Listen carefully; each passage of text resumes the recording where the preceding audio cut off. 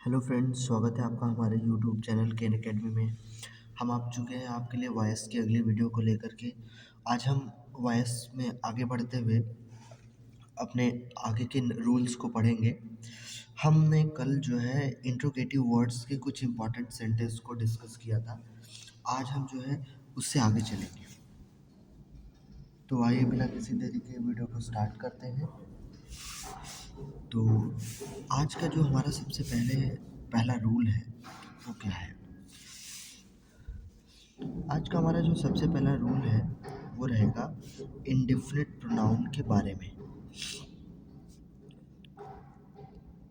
Indefinite pronoun indefinite pronoun को लेकर के आज हमारा जो है पहला रूल तैयार होता है। जैसे इंडेफिनिट प्रोनाउन आप जानते हैं कि somebody,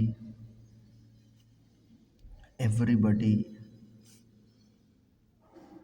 nobody इत्यादि इत्यादि होते हैं। ठीक है, जब ये सब किसी सेंटेंस में एज सब्जेक्ट आते हैं या एज ए सब्जेक्ट काम करते हैं तो उसका पैसिव वॉइस बनाते वक्त हम बाई लगा के इनको लिखते नहीं हैं।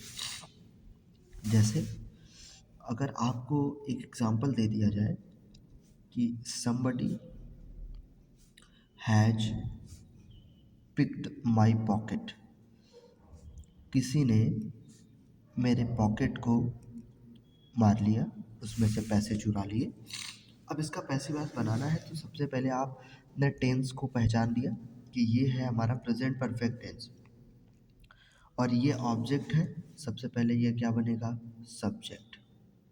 तो ये क्या होगा? My pocket. उसके बाद फिर हेल्पिंग वर्ब का इस्तेमाल करेंगे, हैज का इस्तेमाल हो गया।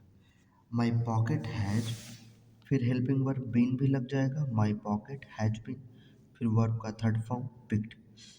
इसके बाद हमारा रूल यही होता है कि हम बाई लगा के सब्जेक्ट को लिख देते हैं, लेकिन यहाँ पर ऐसा नहीं करेंगे। कब? जब somebody हो, everybody हो, nobody हो, none हो, someone हो, जब ये सब आते हैं सब्जेक्ट की जगह पर तो आप बाई लगा करके नहीं लिखते हैं। बाकी सारा नियम आप वैसे ही बनाएंगे, ऑब्जेक्ट को सब्जेक्ट में, उसके बाद फिर हेल्पिंग वर्ब भी लगाएंगे, वर्ब का थर्ड फॉर्म लगाएंगे, सब कुछ आप नियम से करेंगे, लेकिन आप बाई लगा करके उसको नहीं लिखेंगे। ठीक, तो ये है हमारा पहला नियम आज का इंडेफिनिट प्रोनाउन के लिए। जैसे एक एग्जांपल नोबडी से ले लेते हैं। Nobody, nobody writes a letter. तो सबसे पहले ऑब्जेक्ट को सब्जेक्ट बनाना है, ए लेटर को हमने सब्जेक्ट बना दिया। फिर टेंस है present indefinite, helping verb is लगा देंगे, ए लेटर इज रिटेन, बस। और यहाँ पर आपको नॉट भी जोड़ना पड़ेगा। क्यों? क्योंकि नो लिखा है। Nobody writes a letter, मतलब कोई एक पत्र नहीं लिखता है, तो एक पत्र किसी के द्वारा नहीं लिखा जाता है। तो नोबडी और नन के केस में आपको ध्यान रखना है कि नॉट भी जोड़ना है, क्योंकि ये दोनों निगेटिव डिनोट करेंगे पूरे सेंटेंस को, तो ये ध्यान रखना है। और रूल ये कहता है कि बाई लगा करके हम इन इंडेफिनिट प्रोनाउन को नहीं लिखेंगे। उससे क्या होगा? क्योंकि ये डेफिनेट नहीं है, जब ये किसी सब्जेक्ट में आते हैं तो ये निश्चित नहीं होते, इनका कोई निश्चित काम नहीं होता, तो इसलिए हम इसको नहीं लिखते हैं। ठीक है, अब हम आगे की तरफ चलते हैं। अगला रूल है हमारा, अगला रूल हमारा क्या कहता है? अगला रूल कहता है कि अगर आपके एक्टिव वॉइस में मॉडल वर्ब आ जाए, जैसे कि कैन, कुड, मे, माइट, हाँ, उसके बाद फिर शुड, ये इट से जो मॉडल वर्ब है वो आ जाए, तो उनका पैसिव वॉइस आप कैसे बनाते हैं? उसके लिए आप एक स्ट्रक्चर लगाएंगे।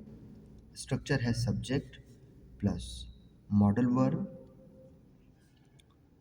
प्लस बी प्लस वर्ब का third form plus object sorry plus by plus object. ये स्ट्रक्चर को फॉलो करेंगे जब आपके एक्टिव वॉइस पे मॉडल वर्ब ये दिया होगा।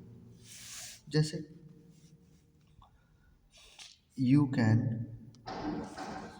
बीट मी, तुम मुझे पीट सकते हो। मी ऑब्जेक्ट, सबसे पहले सब्जेक्ट बनाना है, बना लिया। मॉडल वर्ब जो लिखा है उसे लगा देना है। बी आया है, बी को लगा देना है। वर्ब का थर्ड फॉर्म लिख देना है, बीटेन कर देना है, और फिर बाई और ये लिख देना है, तो ये हो जाएगा। मॉडल वर्ब आता है तो आपको बस एक एक्स्ट्रा बी जोड़ने की ज़रूरत है और जो मॉडल हेल्पिंग वर्ब होगा वही लिखने की, बाकी सारा नियम आपका वही रहेगा। ये कहता है हमारा रूल नंबर 2। अब हम आगे की तरफ चलेंगे कि अगला हमारा क्या कहता है। अब देखो आगे रूल नंबर 3।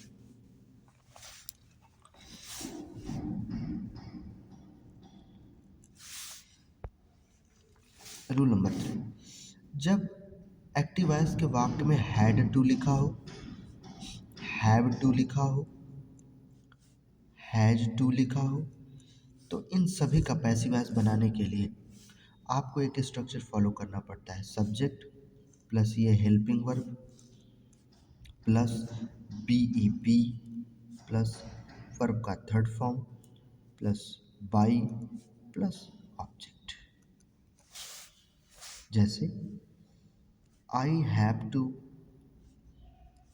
हेल्प हिम, मुझे उसकी मदद करनी है। तो हिम को आप सब्जेक्ट बनाएंगे तो ही होगा। आई के साथ तो हैव लगा पर ही के साथ हैज लगेगा। ही हैज टू, बी आ जाएगा, बी वर्ब का थर्ड फॉर्म, हेल्प का थर्ड फॉर्म, हेल्प्ड बाई, और आई का हो जाएगा मी, ये बन जाएगा।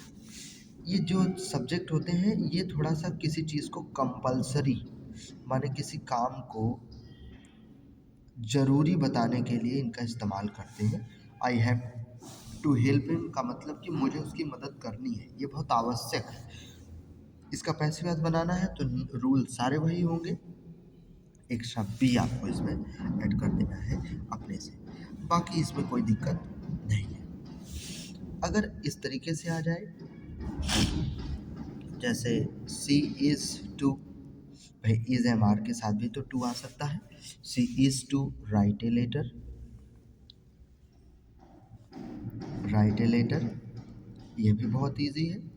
बस ए लेटर आपको यहाँ उठा के लाना है। A letter is to a B, बस बी जोड़ देना है। जैसे हैज़ टू बी था, इज टू बी हो गया।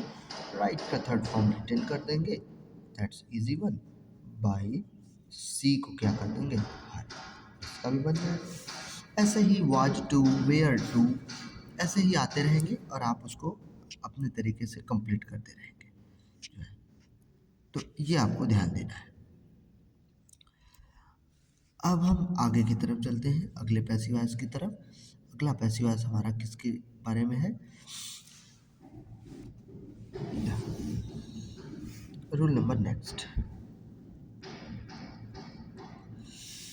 अगर एक्टिव वॉइस के वाक्य में नो, KNOW, नो, और ओब्लाइज, OBLIGET, ओब्लाइज्ड, अगर एक्टिव वॉइस के वाक्य में नो और ओब्लाइज ये दो शब्द आ जाते हैं तो आपको पैसिव वॉइस में टू का प्रयोग करना है। टू का कैसे, जैसे एग्जांपल है आई नो योर हाउस, मैं तुम्हारे घर को जानता हूँ। अब इसका पैसिव वॉइस बनाना हो तो ऑब्जेक्ट को सबसे पहले सब्जेक्ट करते हैं, your house, present indefinite tense है, इज लगेगा, वर्ब का थर्ड फॉर्म अब हो जाएगा नोन। इसके बाद हम बाई लगा के ये लिखते हैं, इसका ऑब्जेक्टिव लिखते हैं हम बाई को लगा करके, लेकिन यही काम हमें यहाँ पर नहीं करना है। जब नो और ओब्लाइज होता है। जब नो और ओब्लाइज होता है तो बाई नहीं टू लगाया जाता है। Your house is known to me, तब जाकर के ये सही होता है। किसके किसके साथ टू लगता है? नो और ओब्लाइज। नो माने जानना, ओब्लाइज माने कृतज्ञता, मतलब किसी का जो है आभार व्यक्त करना। तो इसके लिए हम हमेशा टू का प्रयोग करते हैं। यहाँ पर अमूमन बाई लिखा जाएगा, होता है पैसिव वॉइस में, लेकिन यहाँ नहीं होगा। सिर्फ यहाँ पर किसका प्रयोग करते हैं? टू का प्रयोग करते हैं। तो आज के लिए हमारा इतना ही रूल था। अब हम आपसे विदा लेते हैं, मिलते हैं नेक्स्ट वीडियो में, तब तक के लिए बाय।